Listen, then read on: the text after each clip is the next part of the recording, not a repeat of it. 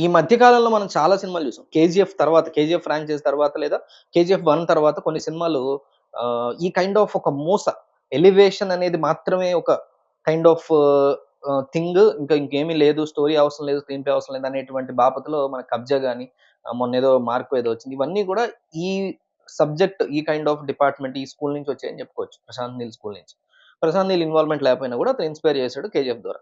అయితే ఇది గూడా ఈ 'గుడ్ బ్యాడ్ అగ్లీ' గూడా ఆ కైండ్ ఆఫ్ థింగే. అంటే ఒక పక్క 'మన్ కథ' లాంటి దాన్ని ఇన్వాల్వ్ చేసి, ఇంకో పక్క 'కేజీఎఫ్' లాంటిది ఇన్‌స్పైర్ అవుతూ అజిత్‌కి సంబంధించినటువంటి పోర్షన్స్ గాని, అజిత్ యొక్క వింటేజ్ లుక్స్ అనండి, పెర్ఫార్మన్స్ అనండి, డైలాగ్స్ అనండి, ఇవన్నీ కూడా పీక్స్ ఉన్నాయి. అంటే అజిత్ ఫ్యాన్స్‌కి it's a big treat to watch. Ajith మీకు ఏ రకంగా ఇష్టమైనా సరే, మీరు తమిళ్ వ్యక్తి అయ్యున్నా, లేదా తెలుగు వ్యక్తిలో కూడా కొంతమంది అజిత్ ఫ్యాన్స్ ఉంటారు కాబట్టి వాళ్ళకి మాత్రం ఈ మూవీ ఖచ్చితంగా చూడాల్సిందే. మిస్ అవ్వకండి పొరపాటున కూడా. కానీ మిగతా వాళ్ళకి ఈ మూవీ క్లమ్జీగా ఫస్ట్ హాఫ్ బిల్డ్ చేసుకున్నాడు. ఫస్ట్ హాఫ్ మొత్తం కూడా మంచిగా రాసుకున్నాడు. బాగా బిల్డ్ చేసుకున్నాడు. ఫస్ట్ హాఫ్‌ని చాలా జాగ్రత్తగా ప్లాన్ చేసుకున్నాడు. కానీ సెకండ్ హాఫ్‌కొచ్చేసరికి ఫ్లాష్ బ్యాక్ ఎపిసోడ్స్ ఏవైతే వెళ్ళాడో, అక్కడేదో ఒక అగ్రెసివ్ స్టోరీ ఉంటది.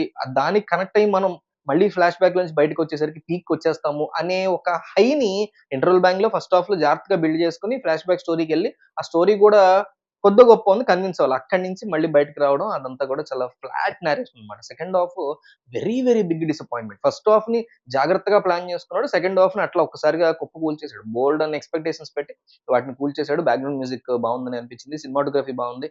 ప్రొడక్షన్ వాల్యూస్ బావున్నాయని మూవీకి సంబంధించి అనిపించింది. బట్ ఏదైనా కూడా అజిత్ ఫ్యాన్స్‌కి పీక్ ఆఫ్ మూవీ హ్యాపీగా చూడొచ్చు. ఈ మధ్య కాలంలో వచ్చిన అజిత్ సినిమాలన్నిట్లో చాలా బెటర్‌గా ఉంది.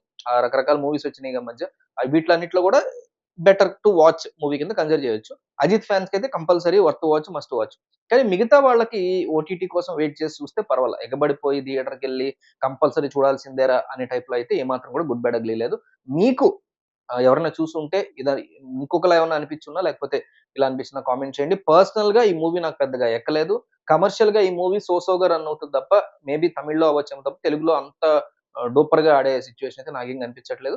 మేబీ తక్కువ ప్రైస్‌కి కొనుంటారు కాబట్టి అజిత్ మార్కెట్ తెలుగులో పడిపోయింది కాబట్టి తక్కువ ప్రైసెస్ కొనుంటారు కాబట్టి మేబీ బ్రేక్ ఈవెన్ అయినా ఆశ్చర్యపోక్కర్లేదేమో గానీ స్టఫ్ ఉన్న మూవీ అయితే కాదు. ఓవరాల్‌గా అయితే నాట్ రికమెండెడ్ మూవీ కింద నా నా పర్సనల్ ఫీలింగ్.